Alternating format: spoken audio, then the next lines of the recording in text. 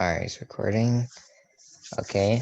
Hello again. My name is Terry Rockmore, and today I'm gonna do my speech on police brutality.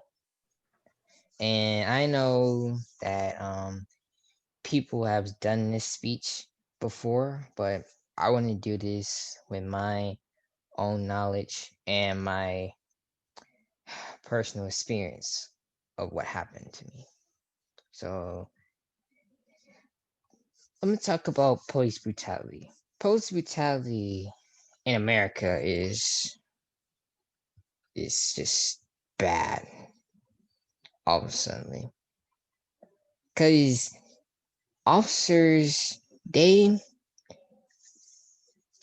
take the law in their hands and just force people or do things to people they shouldn't have not doing. Not just black people, more everyone.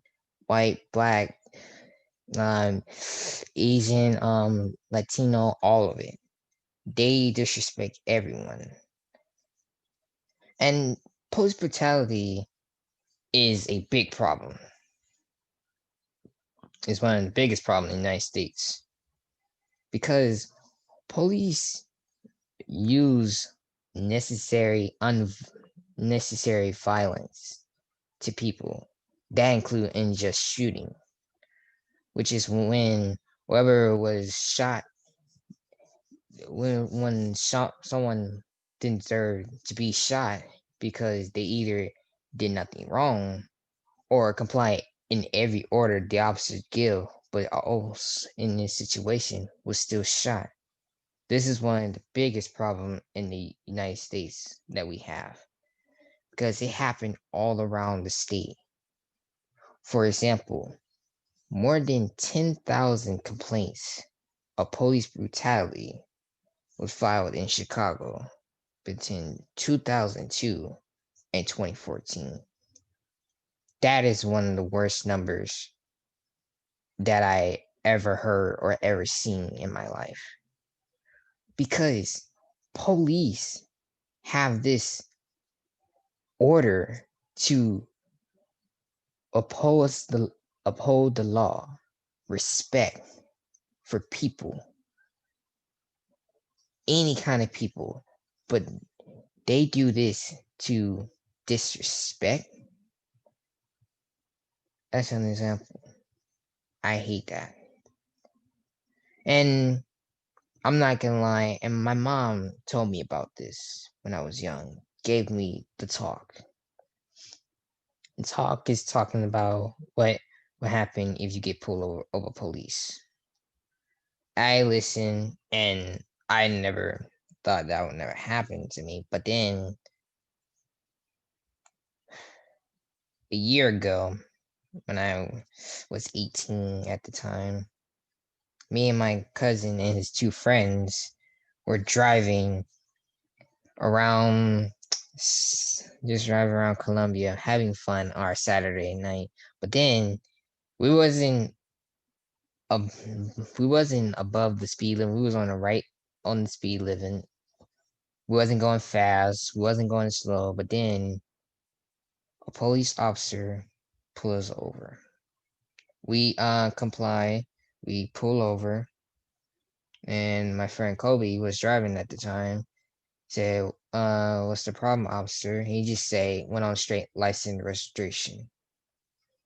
And I asked him, did we do something wrong? But he keeps saying license registration, flashing his light to my eyes. Like I wouldn't see his badge and his number. So, and Kobe was honestly saying, what did I do? Did I do something wrong? And an officer got a little bit aggressive. He said, I'm not gonna ask again. Not license and registration. And we looked at him scared. And he went back to his cruiser and just and accidentally called. I think he was calling for backup. I heard. I was only sure, but now I was. my theory is right. He did call for backup, and more police officers showed up to check the situation out. And the officer returns and keeps saying license and registration. And I told Kobe, just do it, comply to the officer, give him license registration. And he asked for all of our license registration. I didn't, and the other two officers was on the side looking, flashing lights, and I saw one officer had his hand on his holster, and I was getting very scared in that situation. Next, why that officer had his hand on his holster? And the officer that said, for my protection. For your protection? For what? This was the scariest thing. I was terrified. But I gave him my driver's license, and the other two boys didn't have license. So they were good. So we did I was watching this officer with his holster in his hand, just making sure he won't do nothing. And then the officer came back, gave her our driver's license back, and said, "Sorry, saw you going a little bit over the speed limit, but we said we weren't going over the speed limit." And he gave us a little warning, "Don't do it again." And they all left. And I told Kobe what just happened. That was my experience about police brutality. It was just so scary. And that's my speech. If you have any questions, ask me and I'll answer. You did a nice job. Again. Thank you. You did a really good job. And it was a good personal story. Mm-hmm. Yeah. And the personal story really puts power behind it. Yeah. Are you talking? Was it Richland County Sheriffs that did that? No, we was in highway patrol. Yeah, they're honestly, I thought they were Yeah. going to Lexington. Every time you go to Lexington, it seems like everybody gets a ticket. They wear drill sergeant hats for a reason. The funny hats. Yeah. For me. Yeah, it was like the scariest. It was the scariest thing.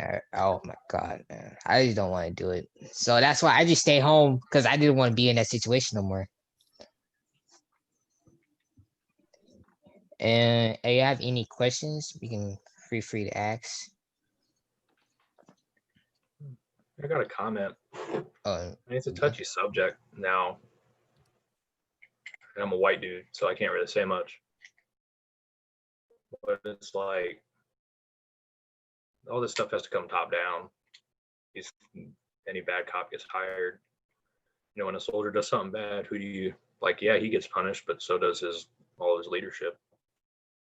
Why isn't it the same way? And training, they don't get trained enough. There's a story about some place they bought night vision goggles for other, cops, right? Like 10 grand a pop for each one, but they wouldn't spend $300 a day of training for them to use that night vision. Something don't add up. And that's all I wanted to say. Yeah. That was a good comment. I like that. They really need to do that too. I'm not gonna lie. It's training. Yeah. Cops have a big burden because they'll go from, you go from getting, wrestling a dude who deserved it to house call 5 minutes later with no decompression time. Honestly, it just seemed like some situations just happen so quickly that you're trained for those situations, but then again, you're really not. Sometimes they're probably just more so trained with dummies. Real life situations require like real life skills. And I think that's the problem. Yeah, it's like calling off of, my training in the Army. There's a difference between like doing, like wrestling, like combatives is what we call it, right? Hand-to-hand combat. It's different from, we're going through the motions, with your buddy, playing around kind of. And then, comes go time and there's a dude in another unit his job is to destroy you, and you've been awake for 2 days straight, and now it's go time. Students, Yeah. you need a lot of training to do anything. It's crazy. Okay. I'm gonna stop recording right here.